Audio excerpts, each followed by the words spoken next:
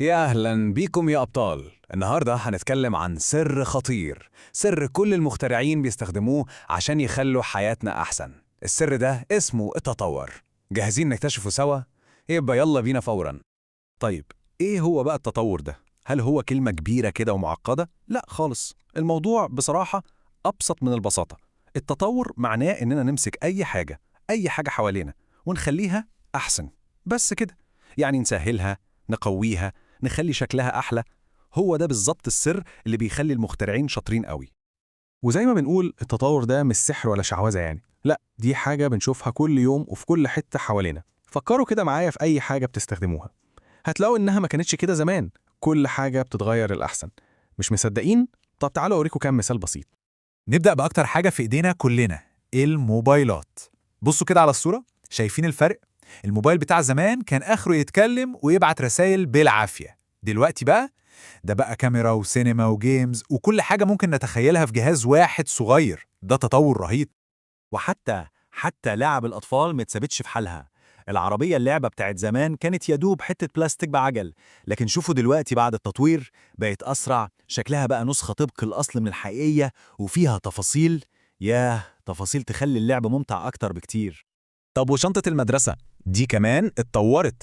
زمان كانت عبارة عن كيس قماش بنحط فيه الكتب وخلاص. دلوقتي لا، اتطورت وبقى تصميمها مريح للظهر، وفيها مليون جيب لكل قلم وكل كراسة.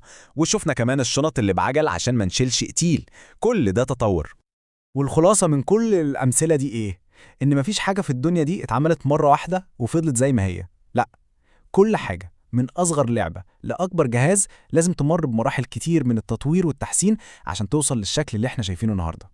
طيب سؤال مهم جدا، ليه بنتعب نفسنا أصلا ونطور؟ ما نسيب الحاجات زي ما هي وخلصنا، إيه لازمة كل ده؟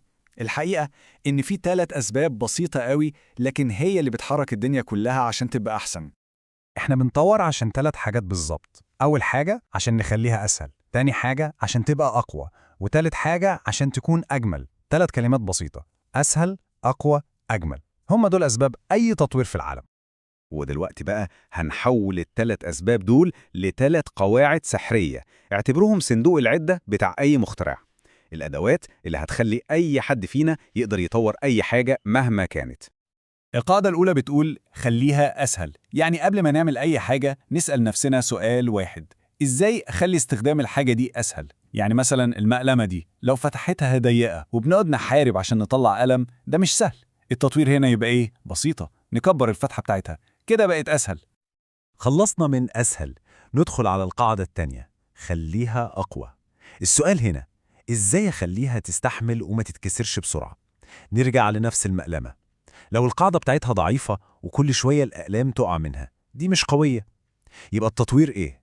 ممكن نجيب لزق قوي ونقفلها كويس من تحت، كده بقت أقوى وتعيش أكتر. ونيجي بقى لآخر قاعدة، ودي مهمة قوي على فكرة: خليها أجمل. نسأل نفسنا، هل شكلها كده عجبني؟ طب ممكن أخليه أحلى؟ التطوير مش بس في الأداء، الشكل كمان مهم. يعني المقلمة بتاعتنا دي لو رسمنا عليها رسمة بسيطة بنحبها، شكلها هيبقى أحلى وهنبقى مبسوطين وإحنا بنستخدمها. حلو قوي الكلام النظري ده، بس كفاية كلام بقى. جه وقت الجد، وقت التطبيق العملي. يلا بينا كلنا نلعب ونطبق القواعد دي سوا. جاهزين؟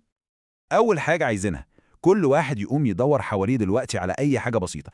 أي حاجة، علبة كرتون فاضية، تمام. كوباية بلاستيك، ممتاز. أي حاجة نحس إننا ممكن نغير فيها. وما تقلقوش، مش محتاجين ورشة نجارة، يعني الأدوات بسيطة وموجودة في كل بيت. شوية ورق، لزق، مقص، كام لون كده، بس خلاص دي كل العدة اللي محتاجينها عشان نبدأ. المهمة بتاعتنا ليها 3 خطوات بالظبط، ركزوا معايا. أولاً هنختار تطوير واحد بس، مش لازم نصلح الدنيا كلها، حاجة واحدة بس. ثانياً هننفذ التغيير ده بإيدينا. ثالثاً ودي أهم خطوة، هنجرب الاختراع بتاعنا بعد التطوير ونشوف هل فعلاً بقى أحسن ولا لأ. أيوة أنا عارف، ممكن حد يقول طب أنا مش عارف أبدأ منين، أطور إيه بالظبط؟ عادي جدا، دي أكتر حتة بتحير، بس ليها خدعة بسيطة قوي هتسهل علينا كل حاجة. عشان نعرف نطور إيه، هنسأل نفسنا واحد بس من ال3 أسئلة دول. الأول، إيه أصعب حاجة بتقابلني وأنا بستخدمها؟ أو التاني، إيه أكتر حتة فيها ضعيفة وممكن تتكسر؟ أو التالت، هل شكلها ممكن يبقى أحلى من كده؟ شفتوا السهولة؟ هي دي المعادلة. سؤال واحد بيوصلنا لحل واحد. لما نجاوب على أي سؤال من اللي فاتوا دول، الإجابة هي دي خطة التطوير بتاعتنا، بسيطة ومباشرة. يا سلام، بجد ممتاز. كده احنا مش بس اتعلمنا يعني ايه تطوير، لا ده احنا جربنا بايدينا كمان. احساس حلو قوي، صح؟ طيب استعدوا بقى عشان التحدي الأكبر. لا بجد شابوه، اللي عملناه ده مش قليل. إننا نفهم معنى التطوير والقواعد بتاعته دي خطوة عملاقة. دلوقتي إحنا بقينا بنفكر بعقلية المخترع الحقيقي. والتحدي بتاعنا بيقول كل واحد فينا يختار أي حاجة عنده في البيت، أي حاجة، ويحاول يطبق عليها قاعدة واحدة بس من اللي اتعلمناهم ويخليها أحسن. ممكن لعبة قديمة، علبة أقلام، أي حاجة تيجي ببالكم. والمفاجأة الكبيرة بقى، أي حد هيعمل التطوير بتاعه ممكن يشاركنا بيه عشان ياخد شارة مغامر ناشئ. فرصة هايلة كلنا نشوف إبداعات بعض. افتكروا دايما أي حاجة في الدنيا ممكن تبقى أحسن، المهم إننا نحاول. أشوفكم على خير.